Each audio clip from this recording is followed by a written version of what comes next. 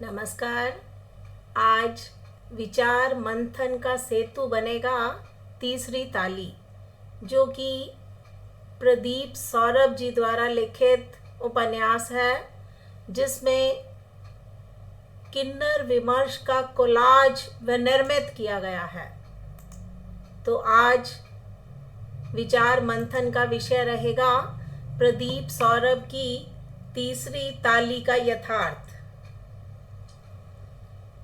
प्रदीप सौरभ कवि, पत्रकार और कुशल फोटोग्राफर के रूप में विख्यात हैं।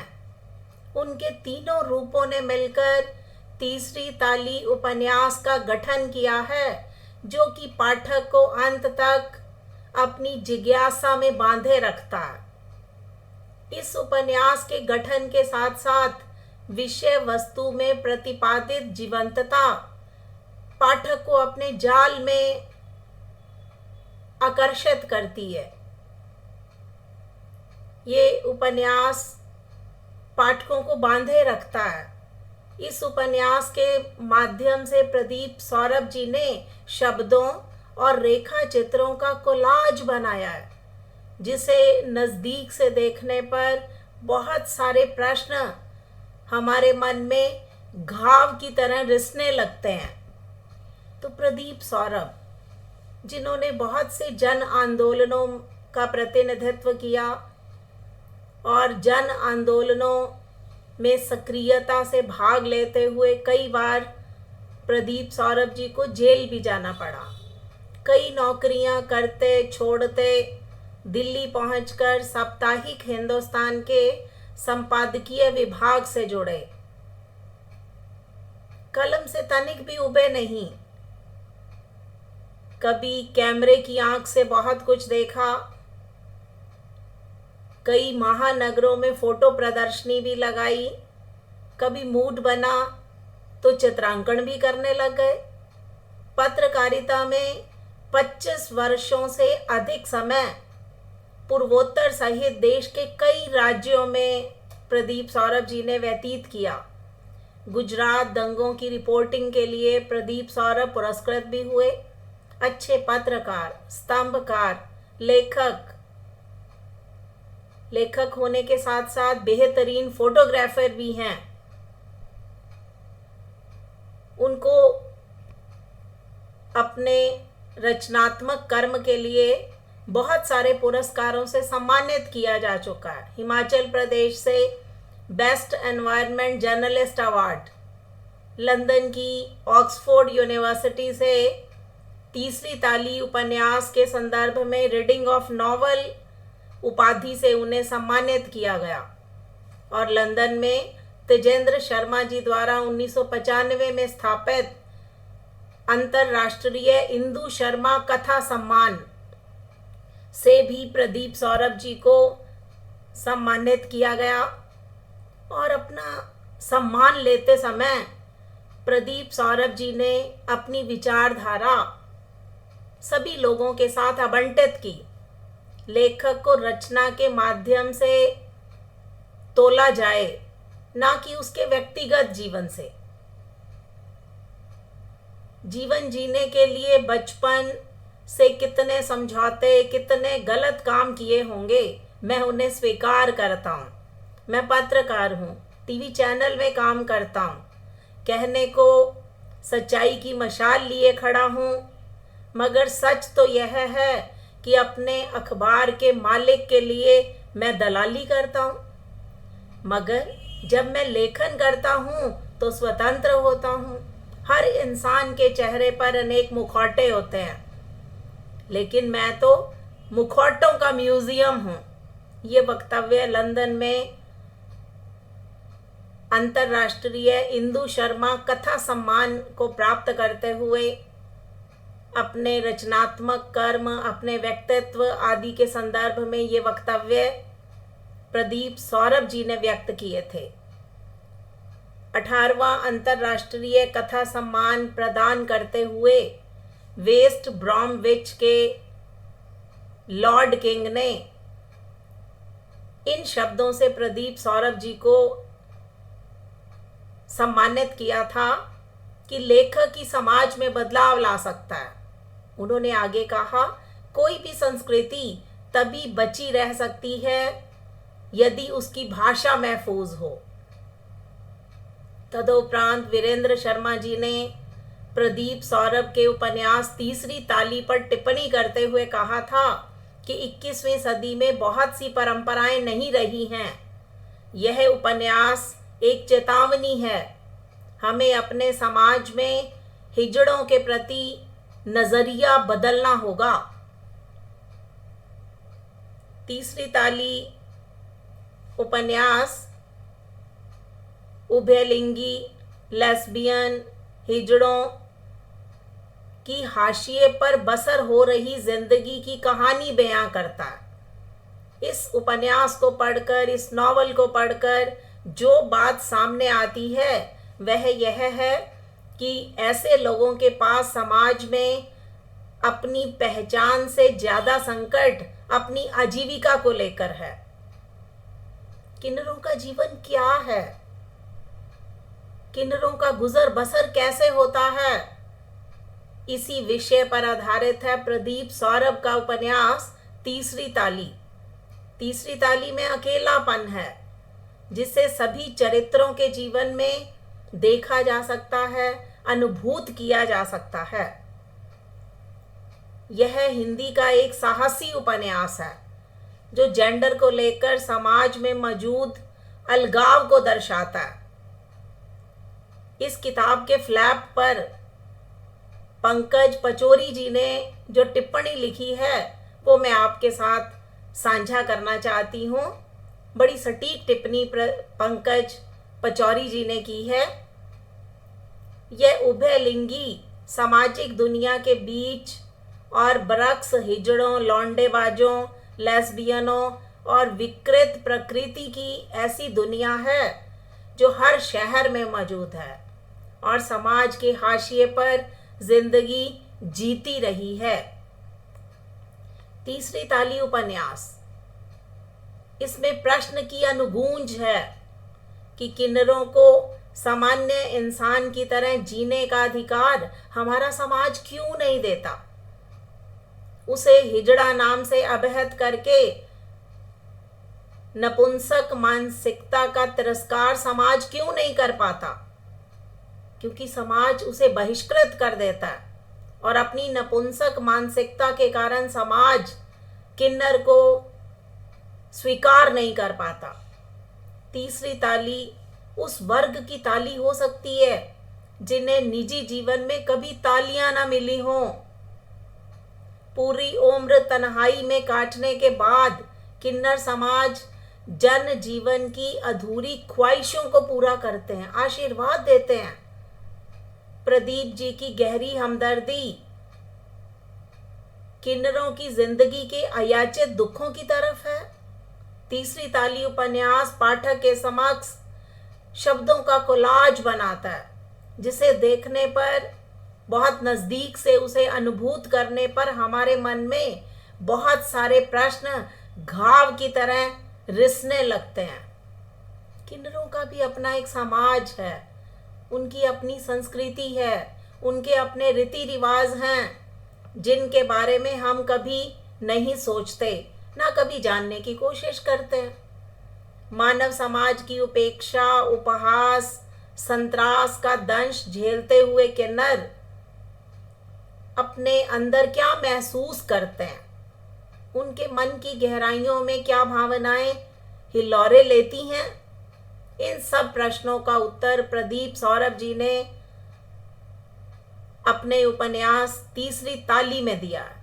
प्रदीप सौरभ जी का उपन्यास तीसरी ताली एक साहसिक उपन्यास है जो किन्नरों को लेकर समाज में विद्यमान अलगाव को उकेरता है। इस उपन्यास के मुख्य पात्र हैं डिम्पल, गौतम साहब, आनंदी, रेखा चितकबरी, रानी उर्फ राजा, बाबू श्याम सुंदर, सुविमल भाई, अनिल, सुनीता, विनीत, फोटोग्राफर विजय। इन सभी पात्रों के माध्यम से प्रदीप सौरभ जी ने तीसरी ताली उपन्यास का गठन किया, उसका ताना बाना बुना।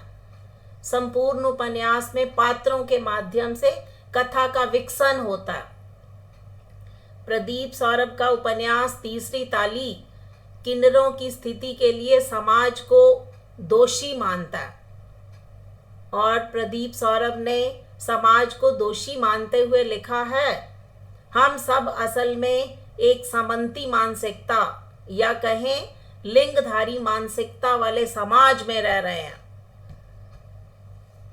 हमारे भीतर लिंग को लेकर गहरे तक गर्व का भाव है। मानसिक रूप से ग्रस्त बच्चे को हम करोड़ों रुपए खर्च करके पालते हैं, लेकिन लिंग अस्पष्टता वाले बच्चे को हम अपने परिवार से तुरंत विलग कर देते हैं। यही समाज की कड़वी सच्चाई है।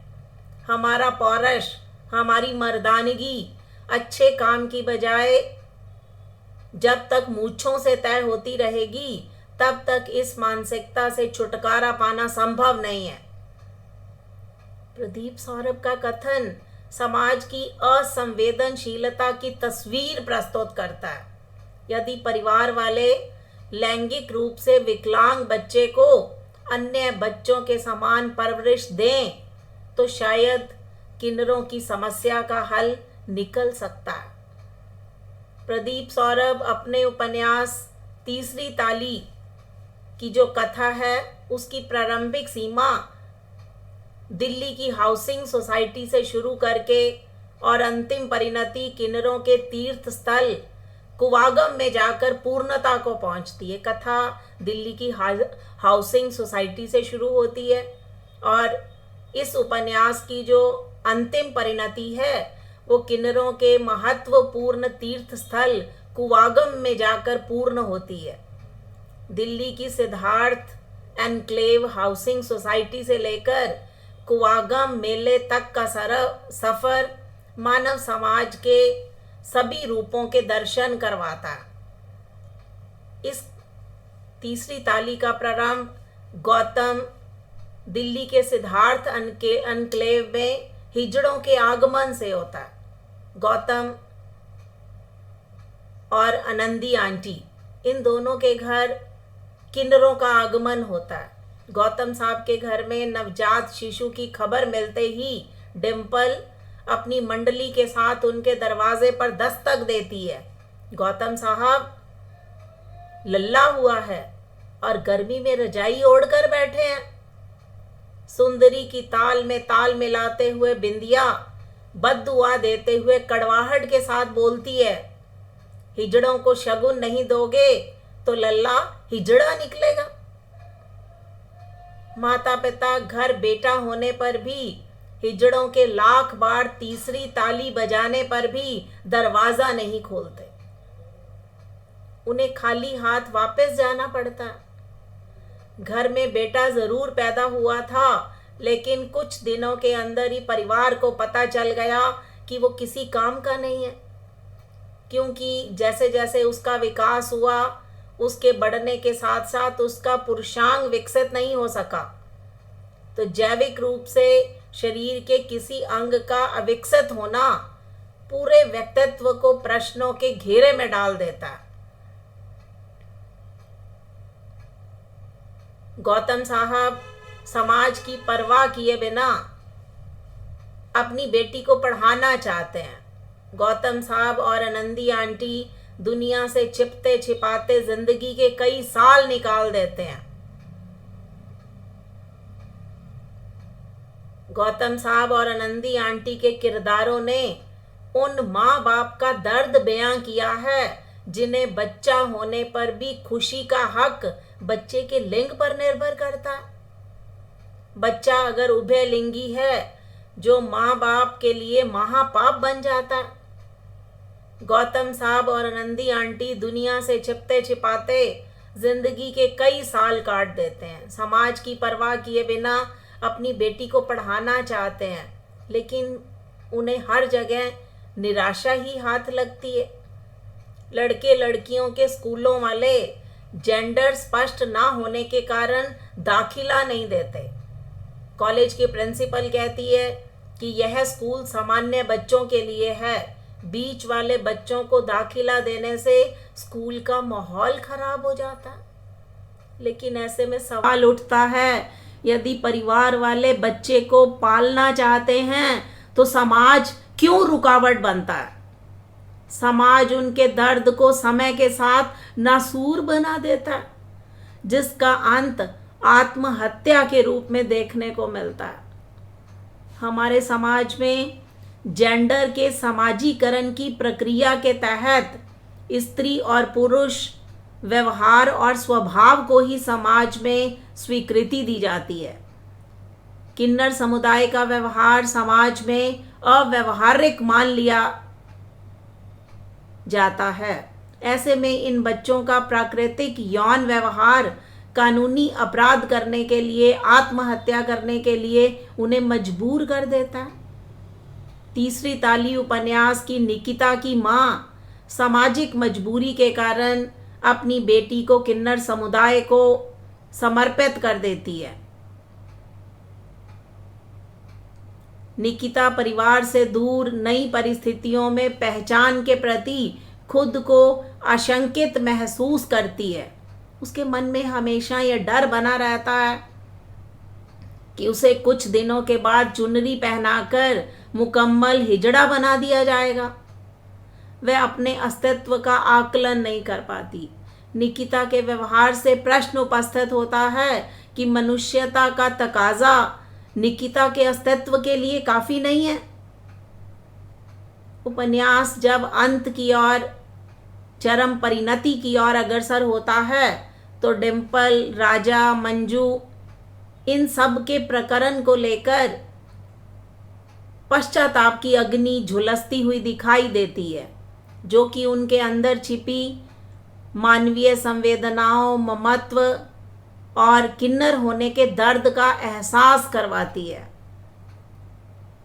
पत्रकार विजय के द्वारा एक संवाद जो कि बहुत मार्मिक बन पड़ा है। दुनिया के दंश से अपने आप को बचाने के लिए मैंने लगातार लड़ाई लड़ी। मैं नाचना गाना नहीं, नाम कमाना चाहता हूँ। भगवान राम के उस मिथक को झुठलाना चाहता हूँ। इसी के कारण किन्नर नाचने गाने के लिए अभिशप्त हैं और परिवार समाज से उन्हें बेदखल कर देता। तमिलनाडु के विल्लुपुरम जिले में एक छोटा सा गांव है कुवागम। अधिकांश हिजड़ों को इस गांव के अंतर्गत जाना एक तीर्थ स्थल की भांति प्रतीत होता है। यह पवित्र स्थल है जहां पर हर साल मेला लगता है। इस मेले में दुनिया भर के किन्नर पहुंचते हैं, जो कि कुठनवार मंदिर जाकर एक दिन के लिए सुहागिन बनने के बाद फिर विधवा बन जाते हैं। पूरे कुवागम में 17 दिनों तक उत्सव का माहौल रहता है। देश विदेश के कोने कोने से किन्नर यहाँ आते हैं, ऐसा तीसरी ताली में उल्लेखित है। कुवागम के मेले की पृष्ठभूमि में महाभारत का कथानक उपन्यास को पठनीय बना देता है। समाज में रहने वालों की जिम्मेदारी बनती है कि वो अपने दायरे से बाहर निकलकर किन्नर समाज के संरक्षण के लिए प्रयास करें।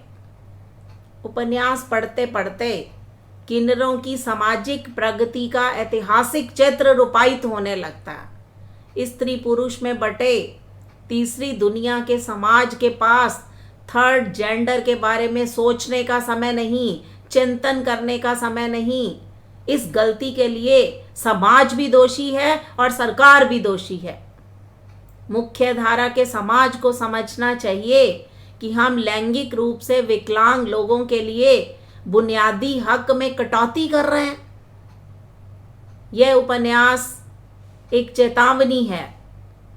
हमें समाज में किन्नरों के प्रति अपना नज़रिया बदलना होगा। समाज और साहित्य की वैचारिकी इन्हें स्वीकार करने में हिचक रही है। प्रदीप सौरभ जी ने तीसरी ताली उपन्यास के माध्यम से किन्नर समुदाय की गहन संवेदना के धरातल पर गुलामी के जहर को उगला। ताकि तथाकथित सभ्य समाज किन्नरों से संबंधित संवैधानिक, सामाजिक, राजनीतिक, आर्थिक सहायता में समग्र योगदान दे, क्योंकि समाज ने ही किन्नरों को त्यागा, सताया, अपमानित किया। वही समाज के पहरेदार किन्नरों के दर्द को अपना दर्द समझें, उन्हें मानवीय गरिमा से वंचित ना होने दें। इसी में ही प्रदीप सौरभ के उपन्यास तीसरी ताली का यथार्थ निहित है। यही प्रदीप सौरभ के तीसरी ताली की कड़वी सच्चाई भी है। प्रदीप सौरभ जी को जब अंतर्राष्ट्रीय इंदु शर्मा पुरस्कार से सम्मानित किया गया तो वहाँ पर ऑक्सफोर्ड की शिक्षा शास्त्री एना मारिया भी उपस्थित थी।